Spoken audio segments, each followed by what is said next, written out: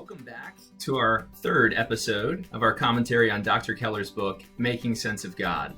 Today's conversation covers the third and fourth chapters of his fascinating work. We'll be discussing two topics in particular as we compare a transcendent and largely Christian worldview to a secular and in particular postmodern view of the world. We're going to look at the side effects that each worldview has on our ability to experience a meaningful and satisfying life. What we're going to discover is that while Dr. Keller certainly believes the secular person is capable of experiencing a meaningful and satisfying life, the source of life's meaning and satisfaction is severely crippled for the secular person due to its inherent subjectivity and the secular person's great struggle to connect a sense of purpose to anything objective that transcends or lies beyond one's self-constructed value system.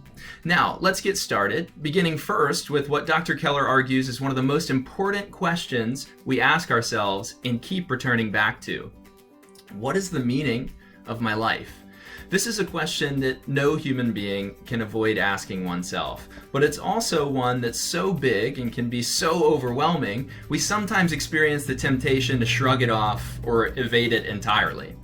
When we ask this question, we're both after our life's purpose as well as its significance.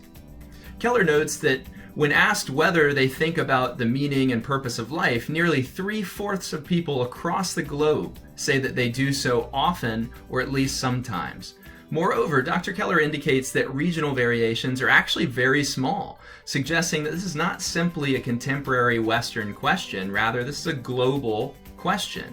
The search for making sense of why our lives matter from the outside, to quote the philosopher Thomas Nagel, appears to be a desire we find within ourselves, which is common to our humanity at large. To have a sense of purpose in life and to possess the assurance that you're making a difference by serving some good beyond yourself then would seem to be required if we are to experience the kind of fullness in life that we discussed in the first episode of this series. Now, as I see it, there are three typical ways that most humans respond to the question of meaning in life. We can construct a meaning based on our personal preferences or based on what speaks to us. We can attempt to free ourselves from the existential angst of asking this hard question, or we can connect our life's purpose to an eternal and objective deity, and by so doing, discover a source for our life's meaningfulness that transcends our personal preferences. The first two options that we'll discuss are common to the secular or postmodern person, and they're more heavily reinforced by our popular Western culture, while the third is characteristic of a religious person who connects answers to the question of life's meaning to a divine realm that transcends this world. For the wholly secular person who attempts to make sense of life's purpose and significance in this world and this world only the first of these three options apply. Let's examine each more closely. First, as we've said, one may attempt to construct meaning in life apart from God. However, 19th and 20th century attempts by philosophers and psychologists to find a satisfactory foundation for life's meaningfulness apart from God seem to have mostly ended in despair. For example, the French philosopher Albert Camus says that the human need for objective meaning is absurd after we've done away with the question of God's existence. We all, like the tragic mythical Greek figure Sisyphus, find ourselves pushing a rock up the hill pointlessly, just to watch it roll back again. This analogy suggests that however we keep ourselves busy over the course of our days, we arrive at what Camus calls the closed door of death, which seals our fate forever without an ultimate point or purpose. If there's no creator, and if there's no soul that goes on, then whether we're rolling a rock up the hill for our whole life or we're choosing some other way to live that personally speaks to us, our life's meaning doesn't ultimately connect up to anything that transcends the ways we've chosen to personally express ourselves. Yes, perhaps we've chosen to live our lives in ways that we believe will make a difference for others. But as the American political philosopher Thomas Nagel says, nothing really makes any ultimate or eternal difference. Dr. Keller has in mind here a famous passage from Nagel's work where he writes, and I quote, "Even if you write a great work of literature which continues to be read thousands of years from now, eventually the solar system will cool down, or the universe will wind down and collapse, and all trace of your effort will vanish. The problem is that although there are justifications for most things, big and small, that we do within life, none of these explanations explain the point of your life as a whole under this first option. It wouldn't matter if you had never existed," Nagel says, "and after you've gone out of existence, it won't matter that you did exist," he says. Viewed on any grand scale, Nagel clearly seems to argue that the point and purpose of a life is negligible apart from God. In the last episode, I referenced the famous evangelist turned humanist Bart Campolo, who represents a rare exception to this view. Bart, as you'll recall, tried to emphasize the beauty of this mysterious life, even though it doesn't have any ultimate point or purpose, because this is all we have, he says. Bart's perspective on this matter is rare, however, and most who say that all you can do is create personal meaning in a world where no meaning is to be found strike a tune that's much closer to the sense of despair that we find in the words of Camus and Nagel. All this despair has naturally led us, as a largely secular, postmodern culture, to begin to try and free ourselves from what has now become a somewhat absurd question to ask. And so we've come to the second option for the secular person who attempts to make sense of life wholly in the here and now. Keller depicts this option nicely by referencing the words of Oliver Wendell Holmes Jr. It's Holmes's position that, under the first view we discussed, a secular person who operates in a purely materialist, reductionist view is forced to admit that there is no reason to attribute to humans any significance in kind from that which belongs to a baboon or a grain of sand. Holmes says that this causes many a person who finds him or herself faced with the question of life's meaning, rather than deliberating about it and reaching a state of despair, to instead go downstairs and play solitaire. Rather than choosing option number one, Dr. Keller uses Holmes's words here to suggest that many people today just perpetually distract themselves from the question of life's meaning as a way of creating a sense of psychological safety from the existential frustration that arises upon the discovery that there seems to be no good answer to the question of life's meaning if there is no God. While we're on this point, we should recall what was discussed in the previous episode when we talked about the ways that humanists speak of the individual who throws off God as heroic. We're now prepared to see that the humanist narrative of heroism retains a modern account of freedom from God and other moral constraints, which comes at the cost of imagining a life now without any ultimate purpose and significance. Since a consequence of throwing off a divine foundation for constructing a sense of meaning in our lives seems to be the realization that nothing you do is going to make any ultimate difference in the end, the secular hero of postmodernity at this point faces what was once perceived as a temptation, but what is now simply known as the contemporary and negative account of freedom. We become free to do whatever it is that we want, which includes distracting ourselves from doing what even we subjectively think that we should do. The contemporary account of freedom suggests that we're free from any responsibilities just as long as we don't infringe on others' freedom to do the same, because nothing that we do ultimately matters in the end.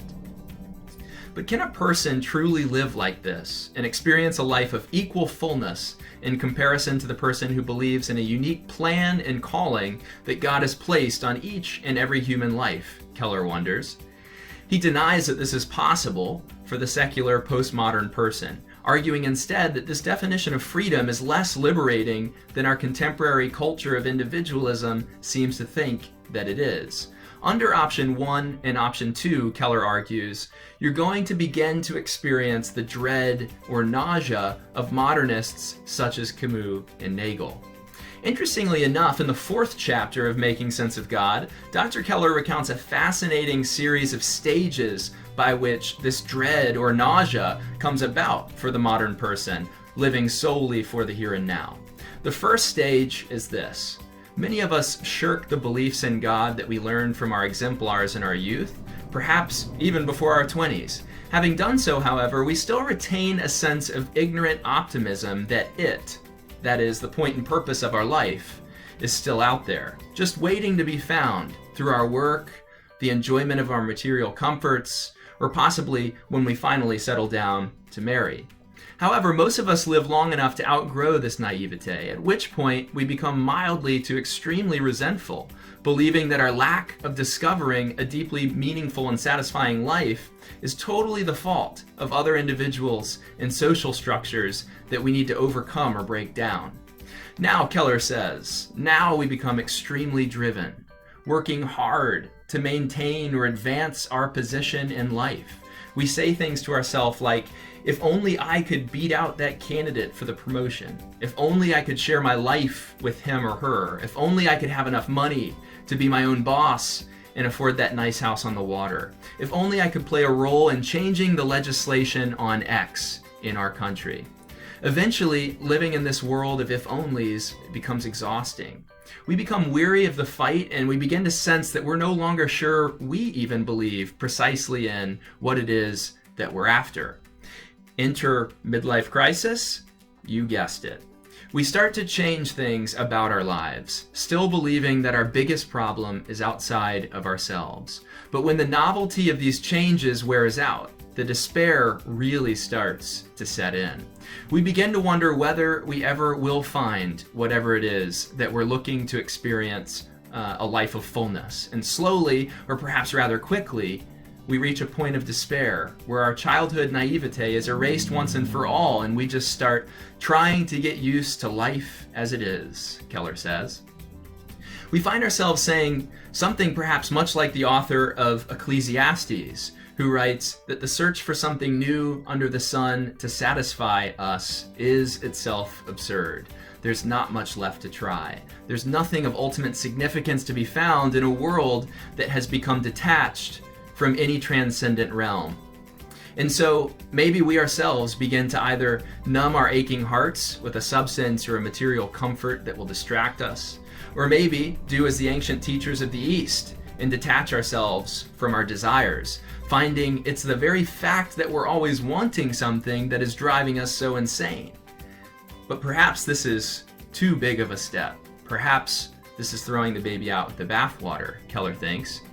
Maybe we just try to ignore the pain inside and try to be a helpful person. Whatever we do, though, Dr. Keller argues that we can't get rid of this nagging feeling that we've lost our hope and our ability to attain the degree of meaning and significance that we originally set out on a quest to find in our youth.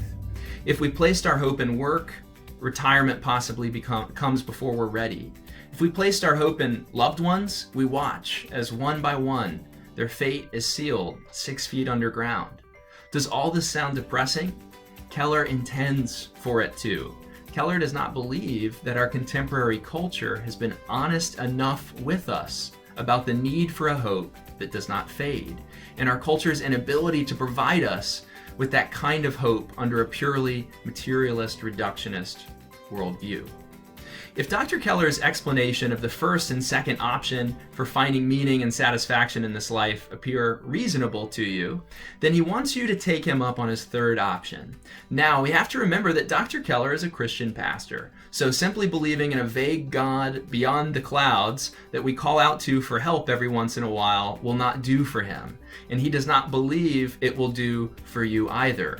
By this, Keller means to excuse the popular and sort of self-seeking individualist religion today that's commonly known as moralistic therapeutic deism, where we essentially turn God into a kind of Santa Claus figure who satisfies our wants and needs.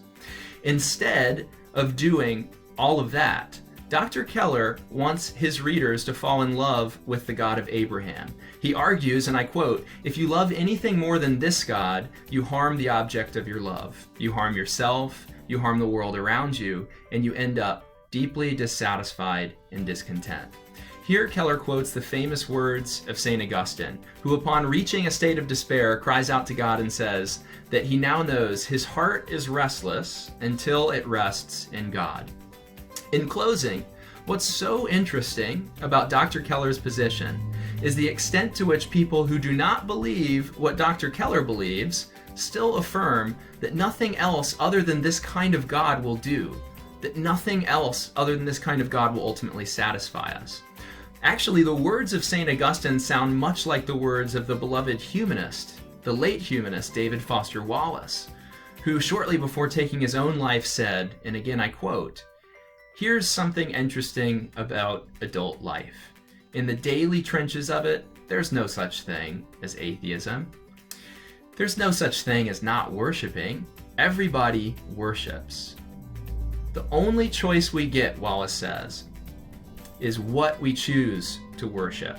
And the compelling reason for maybe choosing God is that pretty much anything else you worship will eat you alive." Keller seems to think that this is true as well.